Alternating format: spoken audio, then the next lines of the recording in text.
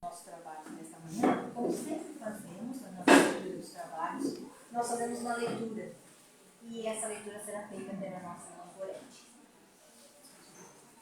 Bom dia a todos. Bom dia. A mensagem está no livro Pão Nosso, psicografia de Chico Xavier, pelo Espírito Emmanuel. O título é A Marcha. Importa, porém, caminhar hoje, amanhã e no dia seguinte. Quem disse isso foi Jesus, está em Lucas, capítulo 13, versículo 33. Importa seguir sempre em busca da edificação espiritual definitiva. Indispensável caminhar, vencendo obstáculos e sombras, transformando todas as dores e dificuldades em degraus de ascensão. Traçando seu programa, referia-se Jesus à marcha na direção de Jerusalém, onde o esperava a derradeira glorificação pelo martírio. Podemos aplicar, porém, o ensinamento às nossas experiências incessantes no roteiro da Jerusalém de nossos testemunhos redentores. É imprescindível, todavia, esclarecer a característica dessa jornada para a aquisição dos bens eternos. Acreditam muitos que caminhar é invadir as situações de evidência no mundo, conquistando posições de destaque transitório ou trazendo as mais vastas expressões financeiras ao círculo pessoal. Entretanto, não é isso. Nesse particular, os chamados homens de rotina talvez detenham maiores probabilidades a seu favor. A personalidade dominante em situações efêmeras tem a marcha insada de perigos, de responsabilidades complexas, de ameaças atrozes. A sensação de altura aumenta a sensação de queda. É preciso caminhar sempre, mas a jornada compete ao Espírito Eterno no terreno das conquistas interiores. Muitas vezes, certas criaturas que se presumem nos mais altos pontos da viagem para a sabedoria divina se encontram apenas paralisadas na contemplação de fogos fatos. Que ninguém se engane nas estações de falso repouso.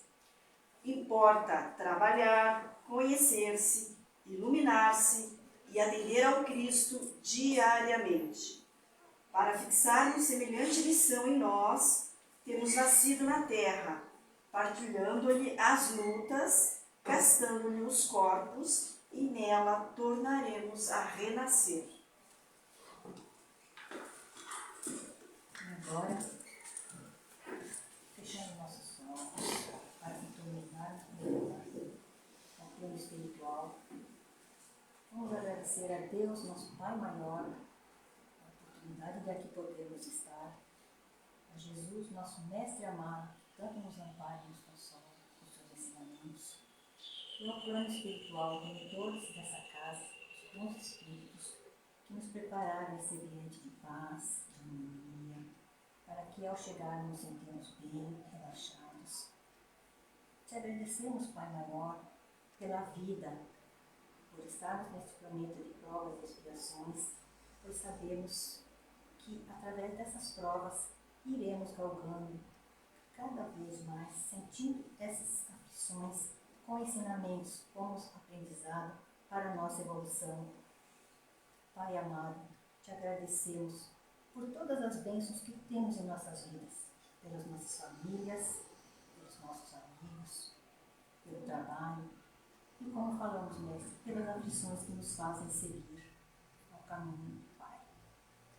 Mestre amado Jesus, bons espíritos, amigos espirituais dessa casa, que essas energias, essa luz aqui presente, possa envolver todo o nosso planeta Terra, que se encontram em grandes revoluções, que ele chegue, que essa luz chegue a todos os corações que sofrem, que padecem, que eles possam sentir-se abraçados, aliviados, e que possam, através desses ensinamentos, compreender, Mestre amado Jesus.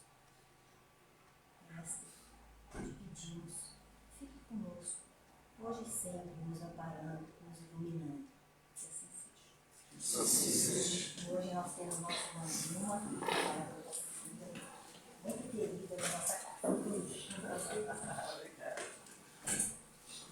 Aí eu pedi que você fala, Jesus vai dar nada disso, entendeu? Bom dia a todos. Bom dia. Que a paz do nosso Mestre Jesus nos envolva neste momento. Sejam todos bem-vindos, aqueles que já frequentam a casa, bem-vindos aqueles que chegam pela primeira vez. É sempre uma alegria, uma satisfação. Essa casa de antemão já foi preparada para nos receber, né? Cada um de nós. Os nossos amigos espirituais, espíritos protetores, já se comunicaram, olhando, percebendo quais são as necessidades e conjuntamente com os mensageiros que aqui estão, né, já vão procurar oferecer para cada um aquilo de que necessitam. Nós necessitamos de muita coisa, né? Muita coisa. Mas pensando nesses tempos que estamos vivendo, talvez o que a gente mais precise é de paz. Mas para o nosso tema, culpa e reparação, primeira pergunta que nós vamos colocar aqui. Opa! Vamos ver por aqui se aqui não funcionar. O que é paz? Pergunta difícil, né? É a mesma coisa que perguntar o que é amor. A gente até fala, ouve, né? Diz, eu amo meus filhos, eu amo. Mas o que é o amor? O que é a paz? Nós estamos em busca da paz, mas estamos cada vez mais com a alma atribulada. Estamos cada vez mais sujeitos aos ditos transtornos, ansiedade, depressão, pânico. É como se uma sociedade, nossa sociedade vivesse numa chamada histeria, um descontrole, um descompasso, e nós queremos paz. Mas o que é a paz? Pergunta difícil, botar uma roupa branca, uma bandeira branca, isso é paz? Será? Vamos ver qual é a resposta dos nossos amigos.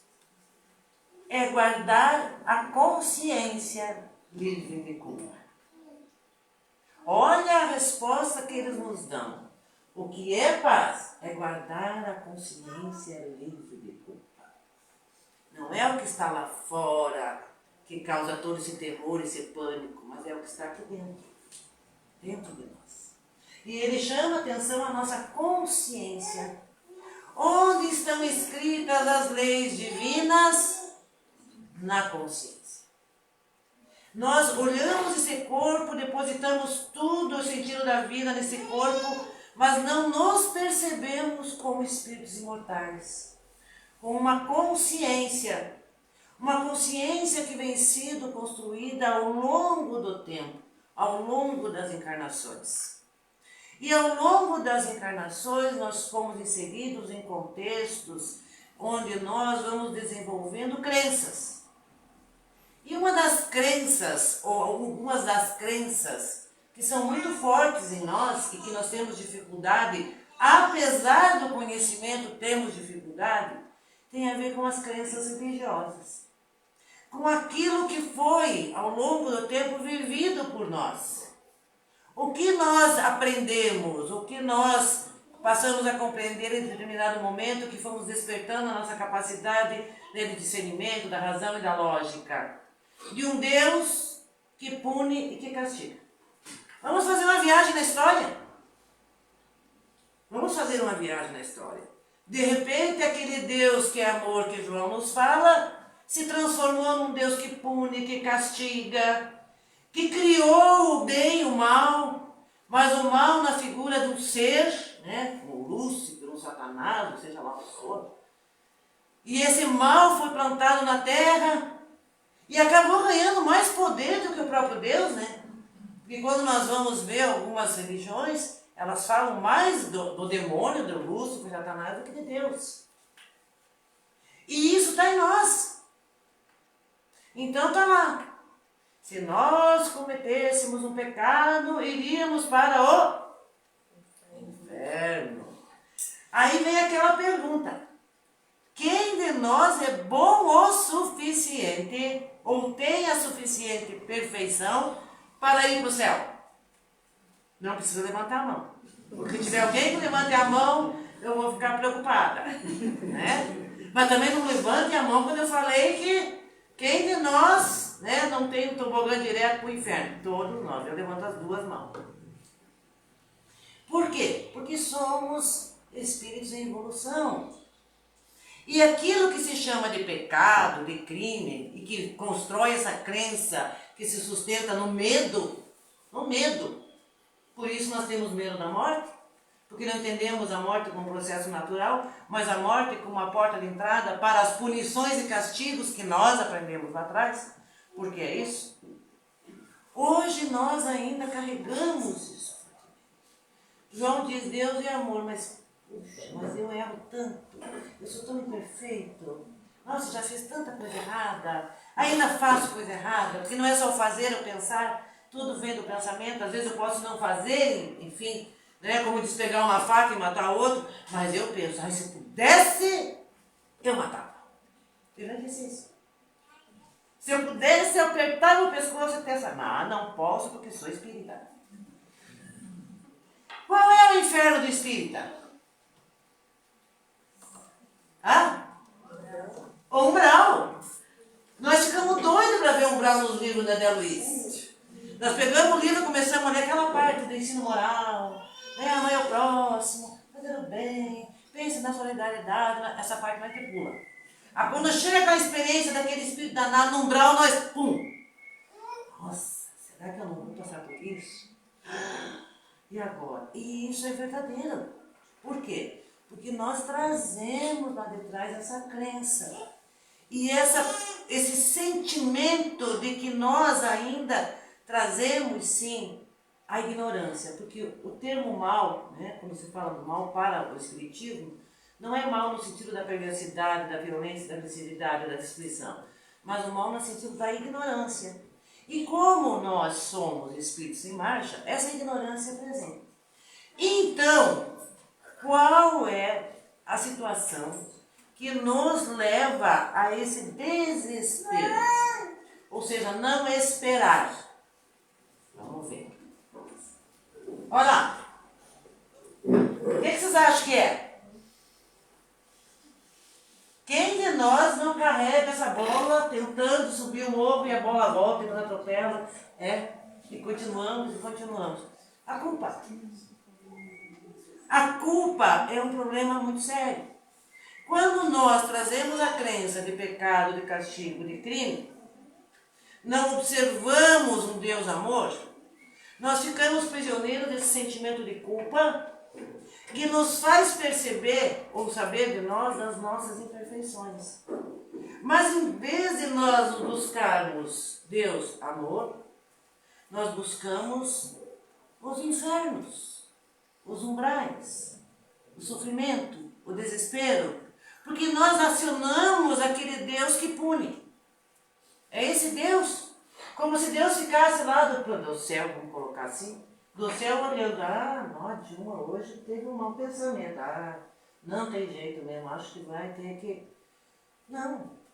Para Deus, nós já somos perfeitos.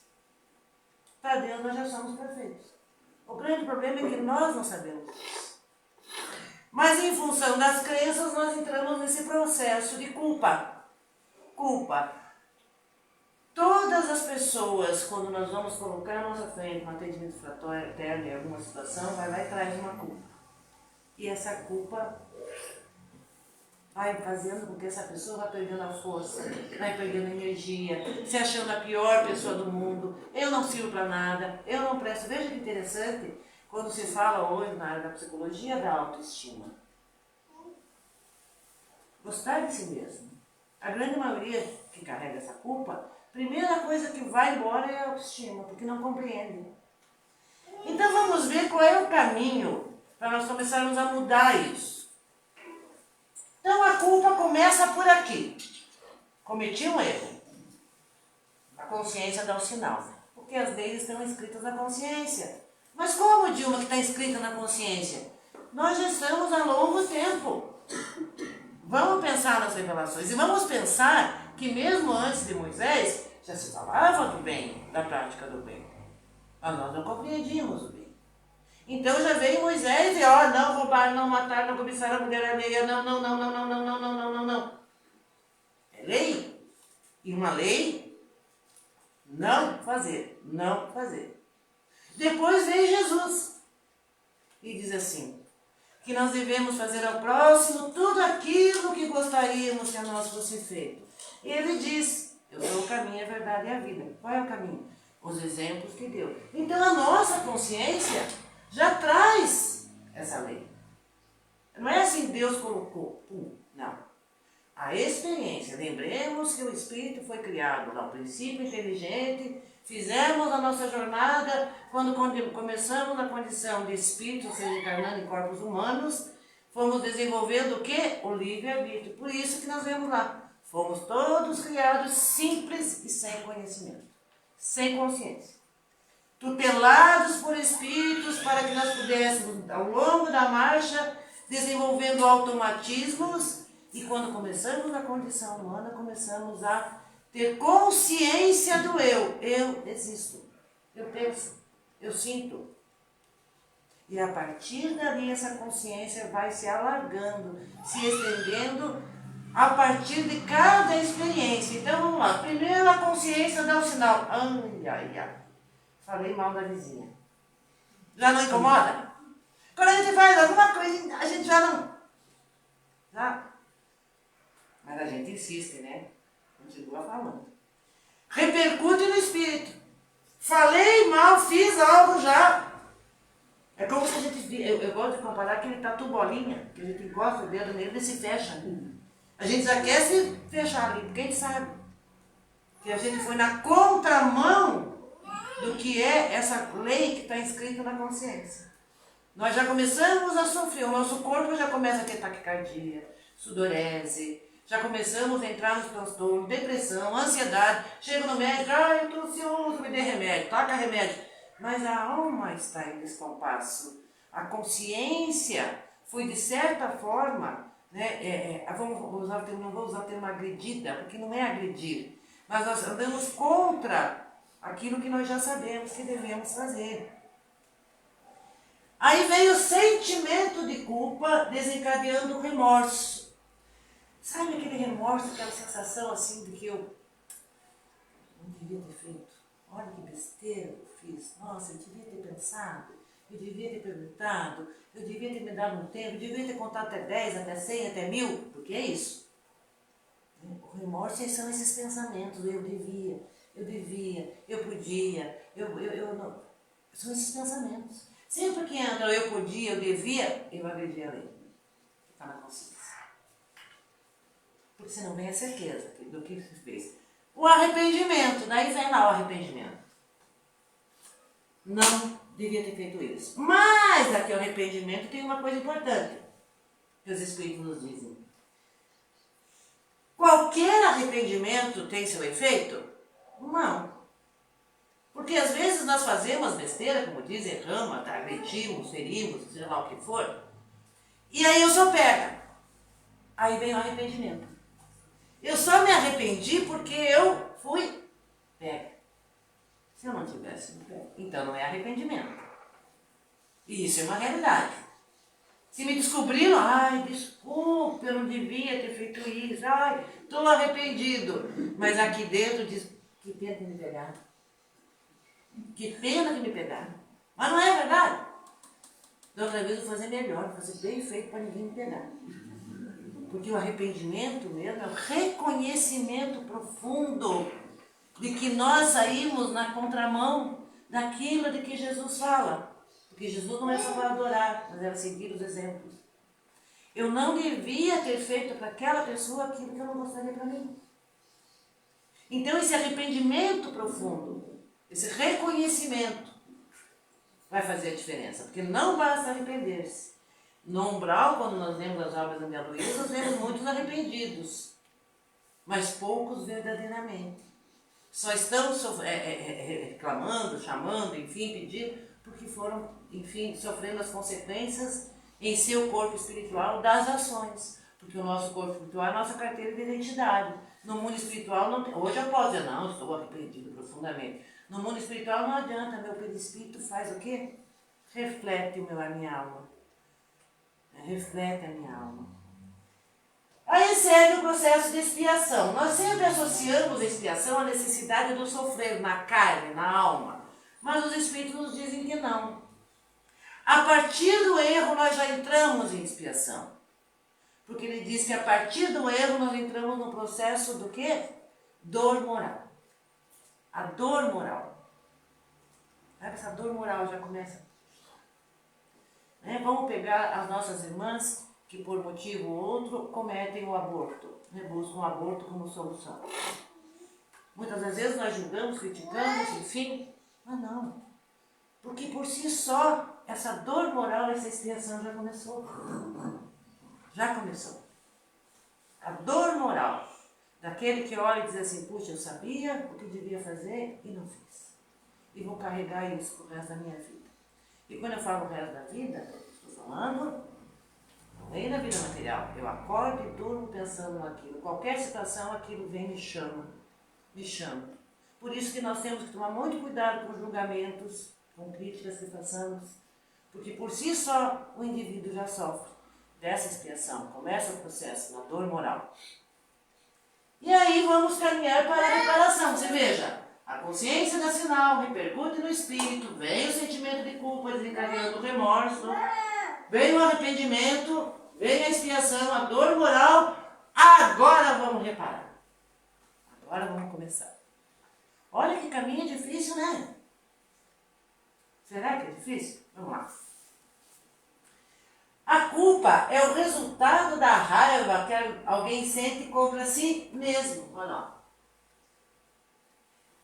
Crenças do passado. Quando nós, diante da ideia do pecado, né, éramos de alguma forma por nós mesmos ou por outro repreendido, chamado a atenção, era comum aquilo que se chamava de autoflagelação. Então eu cometi um erro, um pecado, um crime, para me liberar, eu me batia. Até hoje existe. Aquelas pessoas que determinadas religiões, que têm um pensamento ali, batem nesse corpo aqui para expurgar, né, esse pensamento e esse sentimento. Então aqui é o sentido de que quando eu cometo um erro, eu já começo o processo. Começo a me maltratar, que aí eu falei da baixa autoestima. Tem a ver com isso. Eu começo a falar mal de mim, eu começo a me maltratar, eu acho que não vale a pena, porque eu não sou digna de ser feliz, eu não mereço ser feliz, eu nunca vou mudar, para mim não tem mais conserto. E aí nós vamos adoecendo, porque a alma adoecida, o corpo também adoece. E ele segue dizendo aqui, então contra si mesmo, voltada para dentro, em forma de sensação de algo que foi feito erradamente. E às vezes a pessoa passa muito tempo assim, se maltratando. Por quê? Porque entende que não tem mais jeito. Agora eu já vou para o inferno. Olha as crenças. Esquece do Deus amor. E o adoecimento. E aí nós vemos aquelas pessoas numa depressão profunda, com transtornos dos mais variados, que por mais a tentativa de dar essa medicação, tratamento, psicoterapia, não sai. Porque a nossa questão é espiritual. Se eu não me percebo como um ser nesse corpo, um ser imortal, um espírito nesse corpo, e que não é o corpo que erra, mas é a alma que busca um caminho diferente, e não tratar a alma, por isso Jesus diz, eu sou o caminho, a verdade e a vida. E aí nós vamos buscar no Evangelho, né? A mulher adúltera, dentro daquela situação de apedrejamento, que queriam apedrejar, nós lá querendo apedrejar os outros, né? Mas Jesus vem quietinho ali. Quem nunca errou, atira a primeira pedra. Debanda todo mundo. Começando pelos mais velhos, né? Porque eles se encarregavam mais. E aí vem e pergunta para ela, mas onde é que estão aqueles? Cadê? Se ele não ter condenado, nem eu. E aí ele diz, vai e não tornes a pecar. Opa, palavra pecado de novo, pecar de novo. O que quer dizer pecado? Pecar. Qual é o significado? Quando nós vamos pesquisar. Errar o alvo. Errar o alvo. Veja que interessante. Pecado quer dizer errar o alvo. Vamos em frente. Quando isso ocorre, o indivíduo experimenta insuportável angústia. Ansiedade é visão de futuro. Fico ansiosa pelo que vem, porque eu não sei o que vem, o que eu espero, o que eu quero. Angústia tem a ver com o passado. Porque às vezes nós confundimos as duas coisas. Angústia e o passado. Eu estou sempre assim, querendo caminhar para frente, mas olhando para trás. Caminha? Não caminha? Então, angústia é isso. A pessoa com esse sentimento de culpa, ele está sempre querendo ir para frente, mas ele não consegue porque ele está sempre olhando para trás. A gente usa um termo assim estranho que é não beba as feridas. Então, experimenta insuportável angústia e procura recurso de autopunição como mecanismo libertador para a consciência responsável pelo delito que ninguém conhece. Mas se ele encontra in situ, quer dizer, interno, no mapa das realizações pessoais, portanto, intransferível. Eu não posso transferir a minha responsabilidade dos meus atos por, eu fiz porque eu... Aí nós estamos naquela coisa do arrependimento, né? Transferindo, deixando para depois. Não. Eu tenho que olhar para mim, não, peraí. Esse ato, esse comportamento, isso aqui, minha responsabilidade. Então eu não posso transferir e entro no processo de autopunição, como se isso fosse possível. Eu batendo, maltratando o corpo, pudesse modificar tudo isso. Transferir responsabilidade pudesse não mudar. Porque a nossa consciência, ela é danada. Aquilo fica ali pedindo conserto. Porque quando nós falamos consciência, nós não imaginamos a estrutura que é essa consciência. Nós temos o consciente, subconsciente, consciente atual, inconsciente presente, inconsciente futuro. Tudo vai lá para o inconsciente futuro, mas não desaparece. Por isso que fica ali como que te cutucando. É aquele espinho no pé. Que você coloca o pé e te cutuca. Você tenta se livrar dele, daqui a pouco ele te cutuca de novo. Fica pedindo solução. Porque o sentido de expiar é isso. Preciso solucionar aquilo que está me causando dor e sofrimento. Aí vamos seguir aqui. Então, quando o indivíduo se nutre dos pensamentos atormentadores, o indivíduo sente-se desvalorizado e aflige-se com ideias pessimistas e desagradáveis, acreditando-se desprezíveis. Algumas personalidades de construção frágil escorregam para ações mais conflitivas. O sentimento de culpa, na medida que eu ainda alimento esse pensamento contra mim, que é aquilo, começo a me maltratar, começo a me vigiar, não vale a pena, não mereço, não isso, não aquilo, desencadeia ações que podem levar, sim, a um comprometimento maior. Prova não superada, problema aumentado.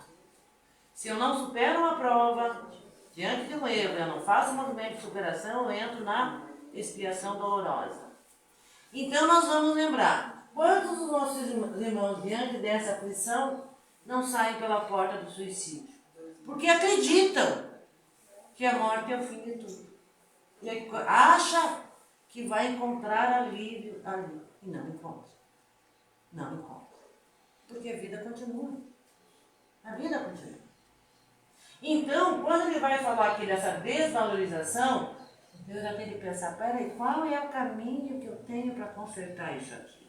É mais ou menos assim, porque às vezes a gente fica imaginando que os problemas são nas grandes coisas, né? Matar, roubar, enfim. Nas pequenas coisas, até nas palavras.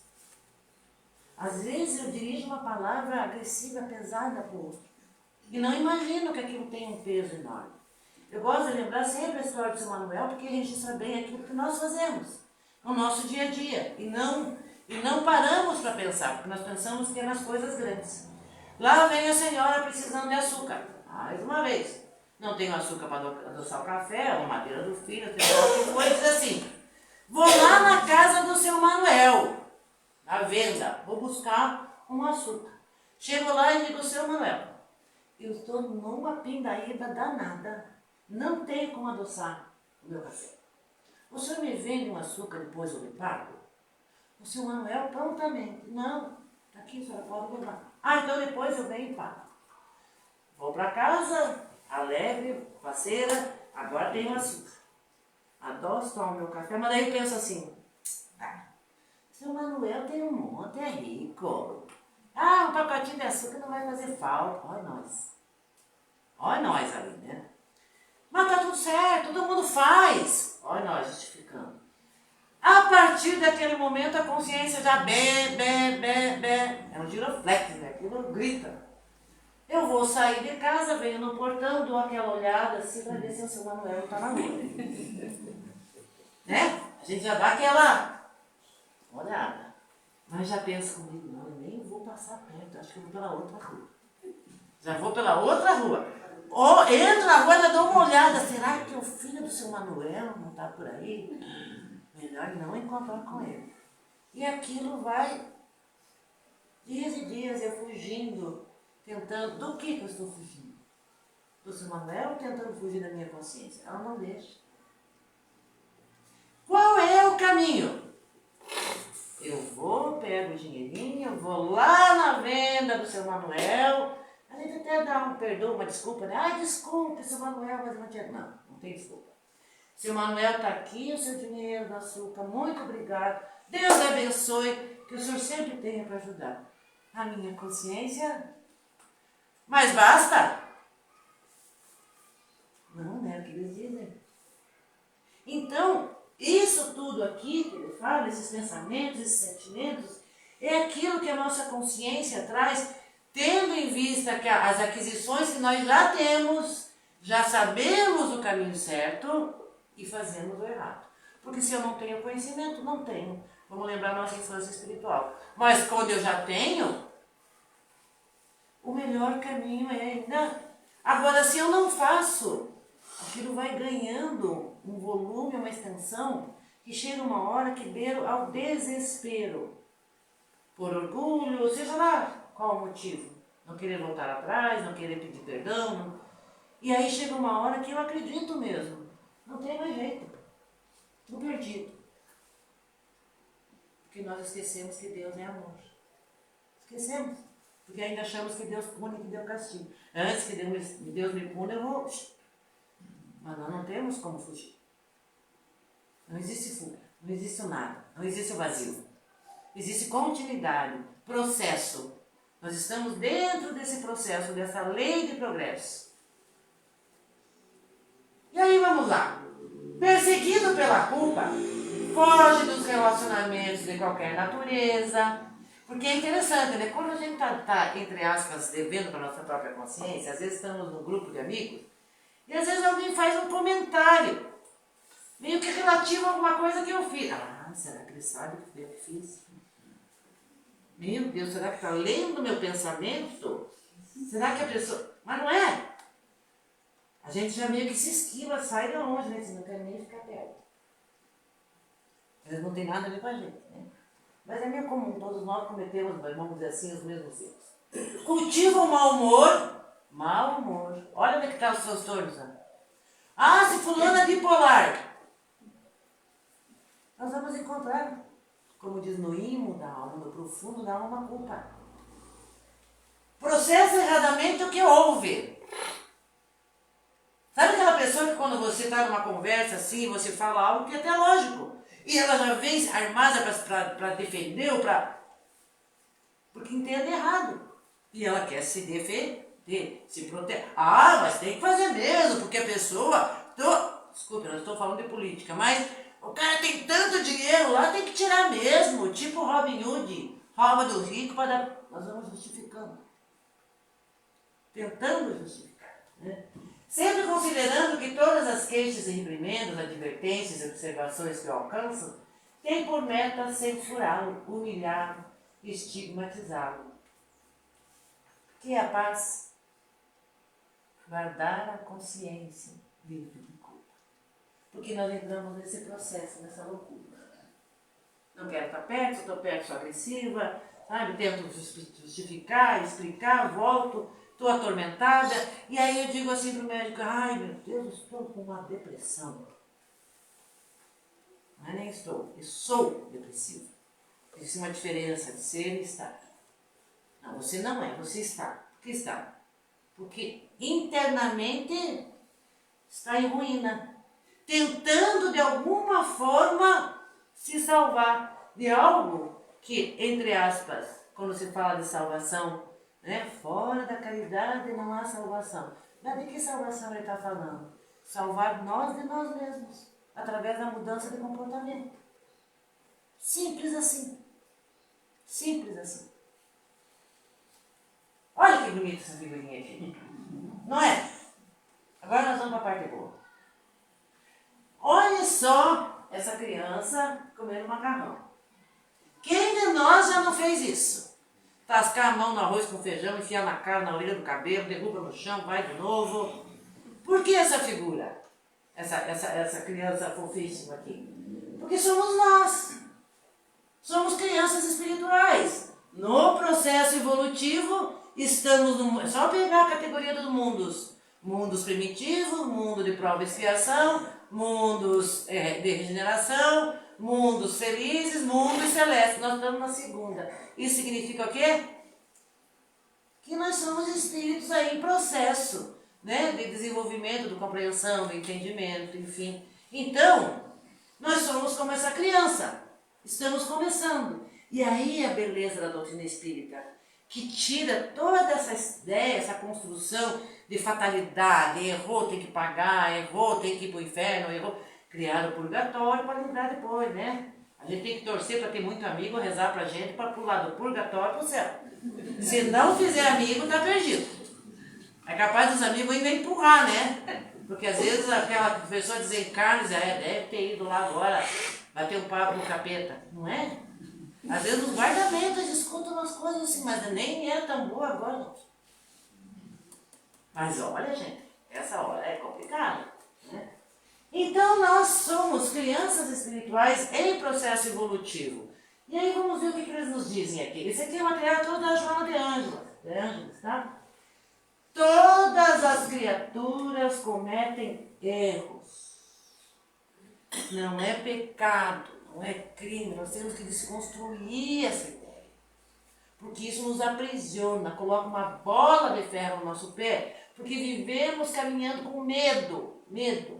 O medo é um problema muito sério. O instinto de conservação, sim, está ali o medo como uma forma de prevenir que nós não venhamos a desencarnar, né, antes do tempo. Mas o medo psicológico, o medo da vida, o medo de... Não. Então é o que ele diz aqui. São erros, alguns de natureza grave. Às vezes a gente, como diz, pisa na jaca mesmo, né? Pisa na jaca. E daí a coisa fica... No entanto, não tem por que desanimar na luta ou abandonar os compromissos de elevação moral.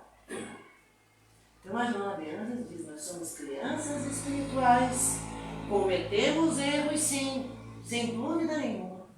Mas os erros não devem nos levar a desistir, nos jogar na lona.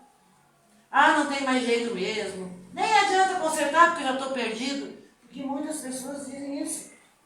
Nem adianta mudar agora, já estou perdido mesmo. Opa, não. São erros que nós cometemos de avaliação, enfim. É aquela história, né? Nós queremos sair pela parede, tento uma, até dói, eu tenho que... Opa! Vou parar de tentar passar pela parede porque estou sofrendo. Então, tem um outro caminho? Tem. Eu sou o caminho, a verdade e a vida. É isso que ele diz. Não pela adoração, volto a repetir. Porque não adianta botar um quadro na parede, um crucifixo no peito e dias de coisa. Não. O caminho é o modelo, é o exemplo que ele nos deixa. De como devemos seguir. Eu digo assim que Jesus fez a receita perfeita da felicidade. Mas nós ficamos tão presos em crenças do passado, visão distorcida, e não percebemos que receita maravilhosa é essa. Como é fácil buscarmos a paz na medida que compreendemos que tem que estar alinhado com a lei de amor. Então já vai mudando. Vamos lá o que nos diz aqui ela. Está no livro Ser Consciente de Joana de Ângeles. Olha só o que ela diz. Toda aprendizagem assenta-se nos critérios do erro e do acerto. Do erro e do acerto.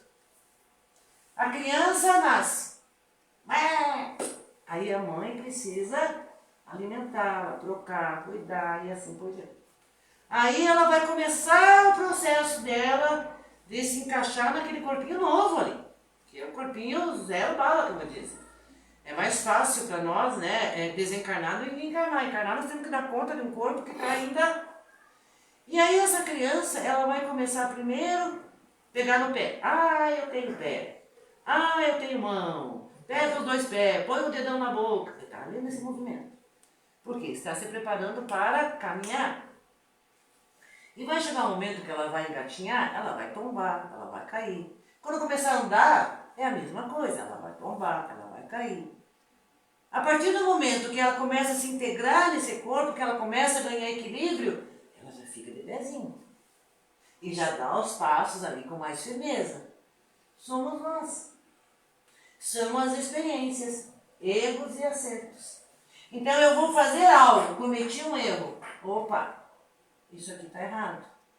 Então deve ter um outro caminho, uma outra forma de lidar com o problema. Então lá vou eu tentar uma outra forma de lidar. O que nós não podemos ou não devemos é ficar preso em justificativa. Todo mundo faz, eu também faço, é assim, papapá. Ah, todo mundo dá propina, eu também dou. Paga um cafezinho pro guarda, todo mundo faz. Porque às vezes é interessante uma sociedade como a nossa, onde de seres imperfeitos como nós às vezes, quando a pessoa faz o certo, nós chamamos ele de bobo. Ah, você é bobo. Você é bobo. Todo mundo faz, você vai lá gastar, você vai pagar multa, podia dar um cafezinho pro guarda. E a consciência? É a consciência. Jogar o lixo na rua, coisa simples, né? Coisa simples. E nós vamos lá e jogamos. Ah, todo mundo joga, vamos me incomodar por quê? Mas a história do seu Manuel, aquilo já me incomoda. Então são nessas ações, por pequenas que sejam, começamos os nossos acertos. Vamos mudando. Já não escovam mais o dente com a torneira aberta jorrando água. Consciência ecológica, que nós não tínhamos. Hoje nós já entendemos, então vamos fazendo. Agora, a questão é permanecer. Então ela segue dizendo, né? Selecionando as experiências consideradas saudáveis, benéficas, que se fixam pela natural repetição. Alírio Cerqueira, eu sempre falo desse livro que eu digo, todo mundo tem que ler, estudar o livro.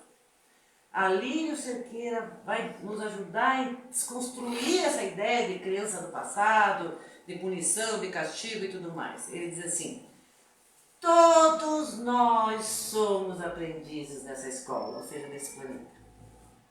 Todos nós somos aprendizes. Diz exatamente o que ela diz. São experiências que nós vivemos, erramos, acertamos. E tudo bem.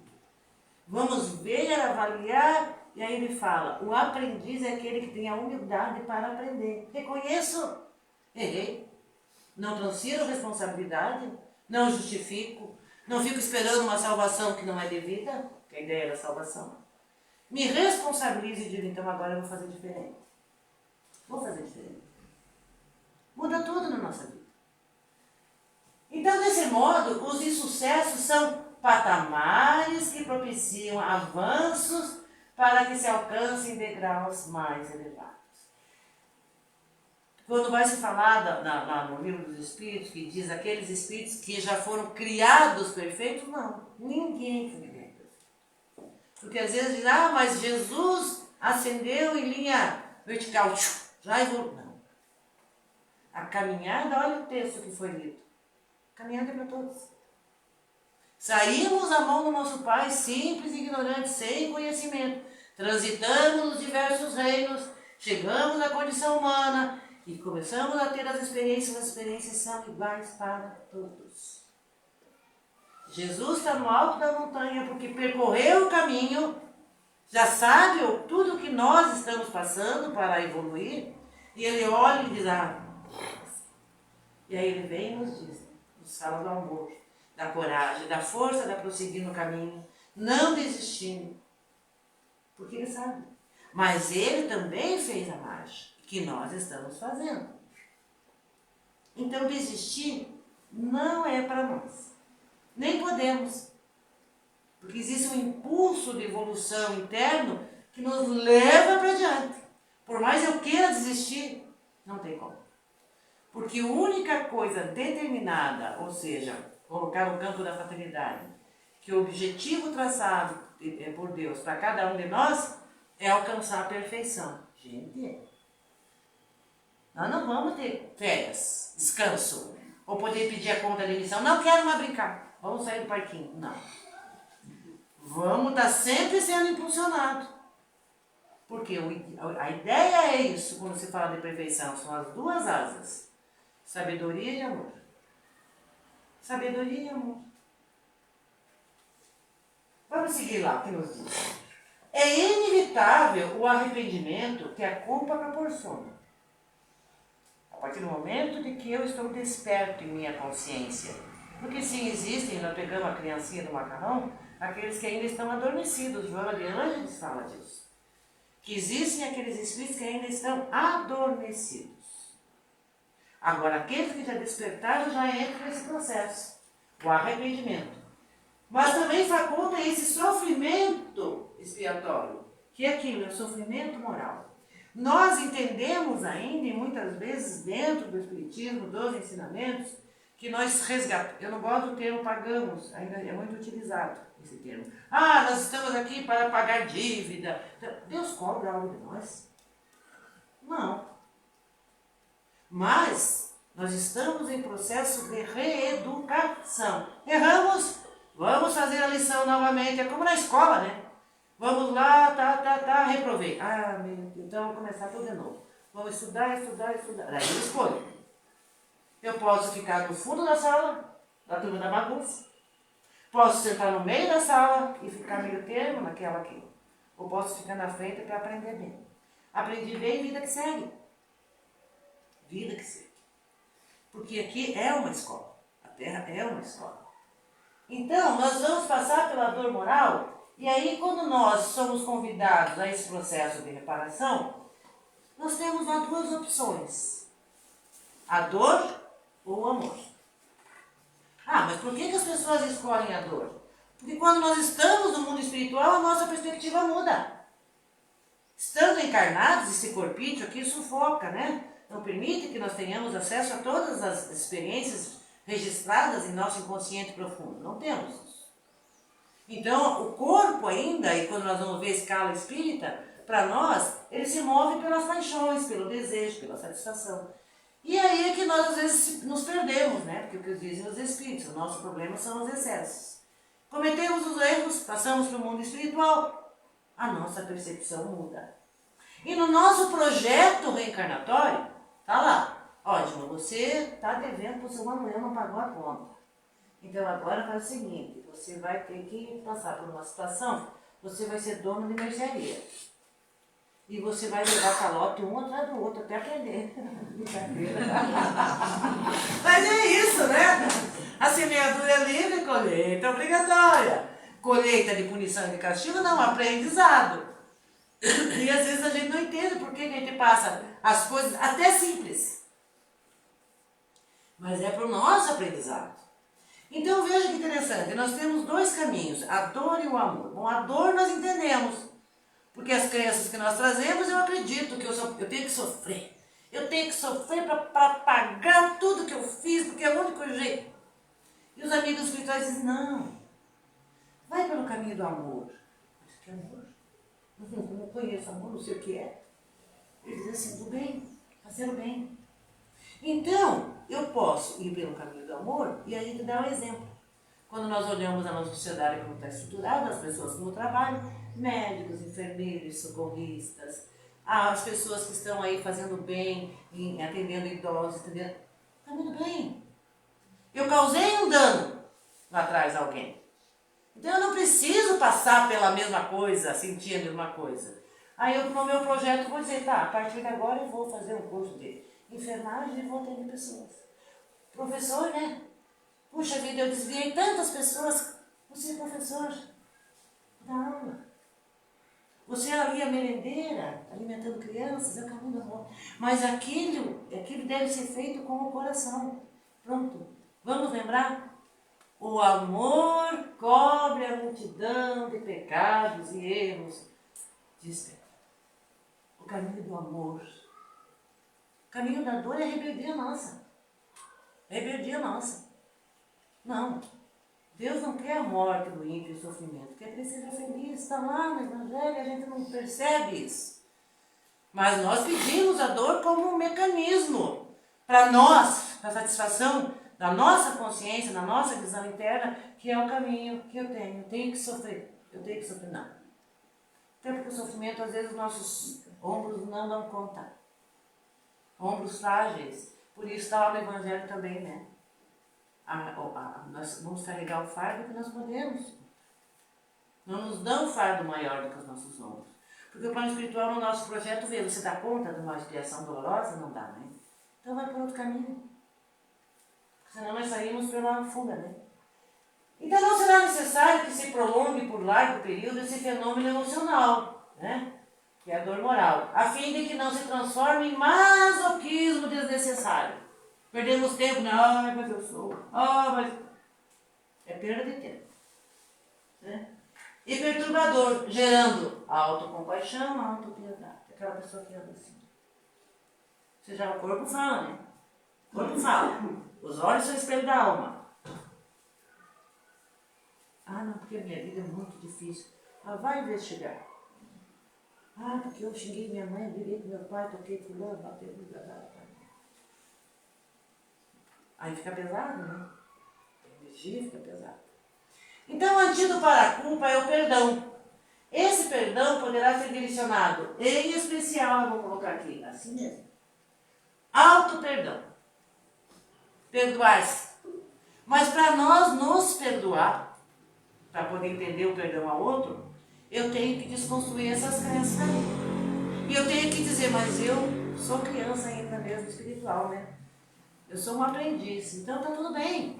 Não consegui fazer o meu azinho redondo de perninha, saiu meu torto, mas não importa. Vou fazer, tentar até que fique bom. E é assim. Auto-perdão é se permitir ser amado por si mesmo. Aquela coisa da amorosidade que o Alírio fala. A amorosidade para consigo mesmo.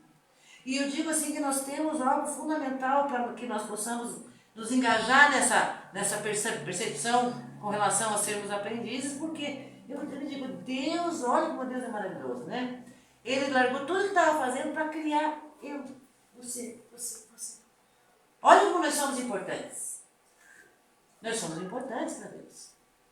Deus nos ama. Então, eu não tenho nem o direito de ficar me achando a pior pessoa do mundo.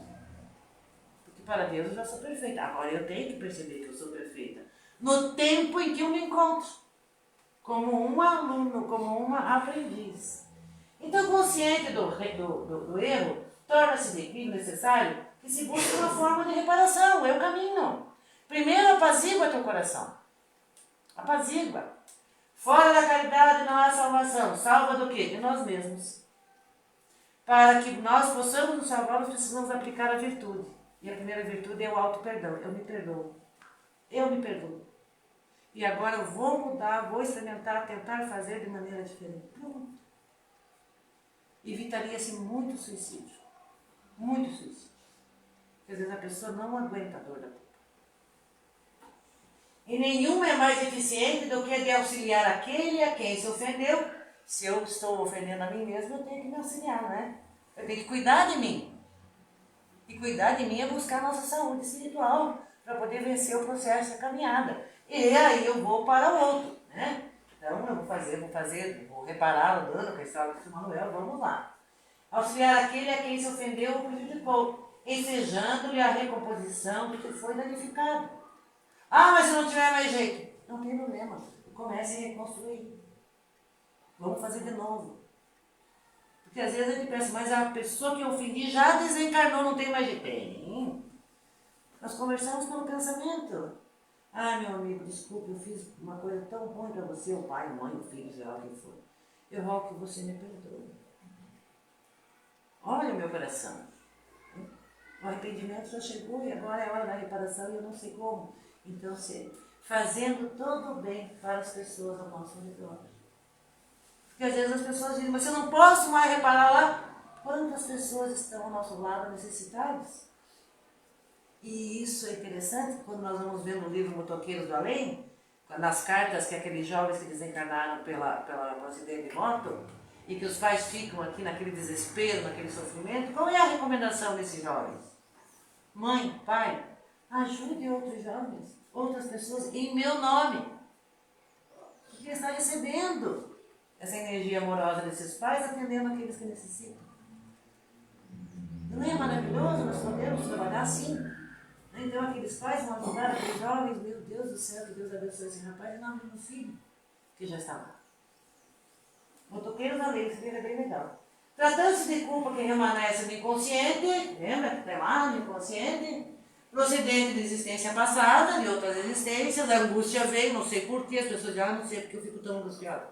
Mas de tempo em tempo o nosso inconsciente joga, é como se mexesse, cutucasse, para que a gente perceba que talvez o nosso projeto, nós estamos esquecendo algo que nós propusemos.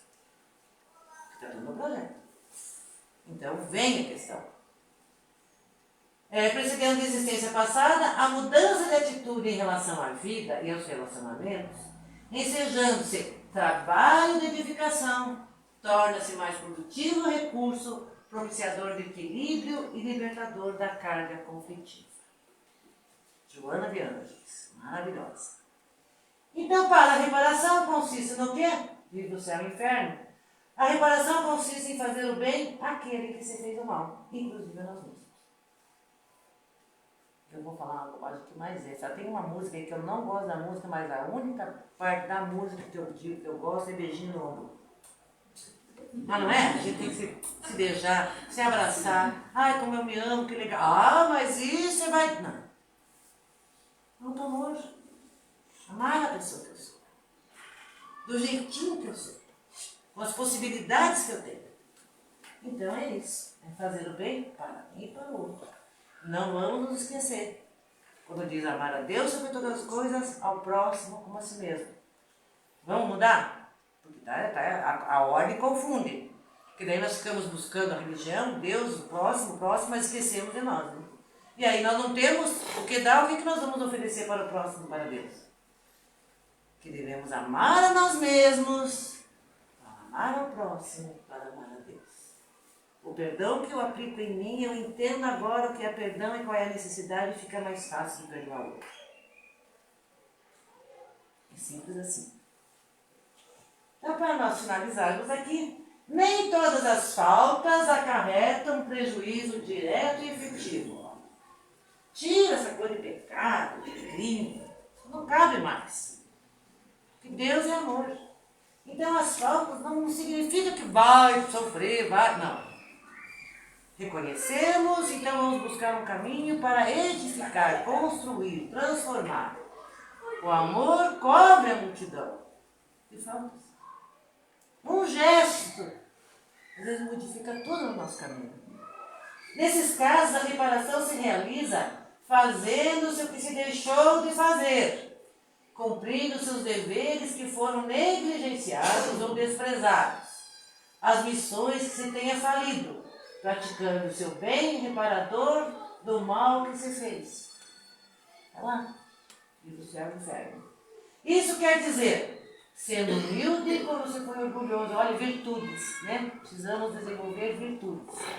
Bondoso quando você foi duro, caridoso quando você foi egoísta, benevolente quando você foi maldoso, trabalhador quando você foi preguiçoso, útil quando você foi inútil, temperante quando você foi dissoluto, bom exemplo quando você foi mau e assim por diante. É dessa maneira que o Espírito progride, tornando proveitoso o seu passado. Cada instante da nossa vida é uma oportunidade de aprendizado. Cada instante.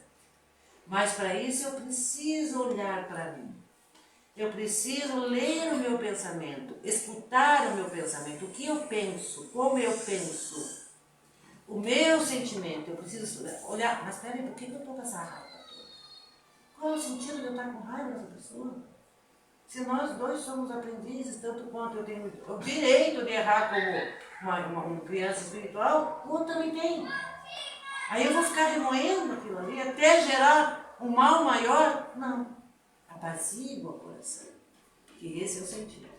Então as virtudes são necessárias para o desenvolvimento do amor. E para finalizar, frase de Emmanuel do Chico: somente constrói sem necessidade de reparação ou corrigenda aquele que se inspira no padrão de Jesus para criar o bem. Eu sou o caminho, a verdade. Ninguém vai ao Pai senão por mim. Vós sois deuses. Vocês podem fazer o que eu fiz e muito mais. Olha Jesus falando, nos dizendo. Então, se nós queremos realmente transformar a nossa vida, sigamos esse caminho. E passamos sim essa pergunta. Eu gostaria que tal coisa fosse feita para mim? Não. Então eu não faço tudo. É a receita. Resume tudo. E aí nós vamos entendendo que a culpa não tem sentido. Como diz Joana de Ângeles, a culpa é um degrauzinho dos menores. Mas eu tenho que ter a coragem de passar por ele e subir. Porque sem ele eu não percebo que os atalhos que eu estou pegando não são ideal. O atalho significa desvio, perda de rota. E a rota segura é Jesus. Não na adoração pura e simplesmente, mas no exemplo que ele nos deixou. E que está aí até hoje. E que nós sabemos o que devemos fazer. Se nós não fazemos ainda, é porque nós ainda brincamos, né, o termo, ainda estamos no parquinho de diversão. Tem horas que nós temos que deixar o parquinho e começar a viver, né, a nossa realidade espiritual como adultos espirituais.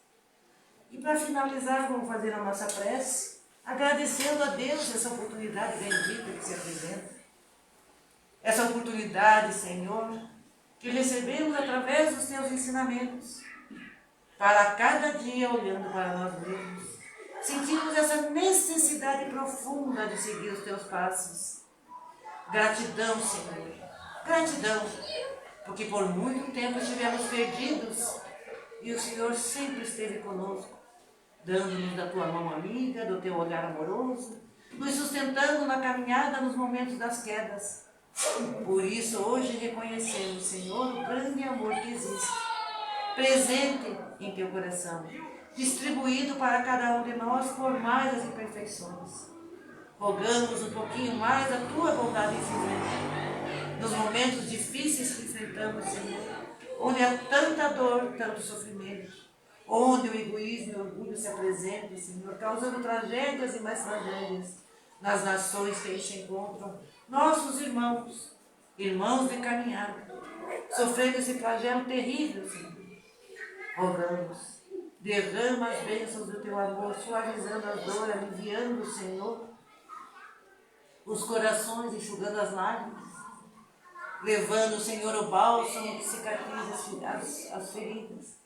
Em especial, Senhor, a luz para que a escuridão se desfaça. Mestre amigo, que a tua bondade se derrame em todos os planos da existência para os encarnados e desencarnados. Muito obrigado, Senhor. E assim seja. Assim seja. Então agora vamos começar o passe, então, pedir.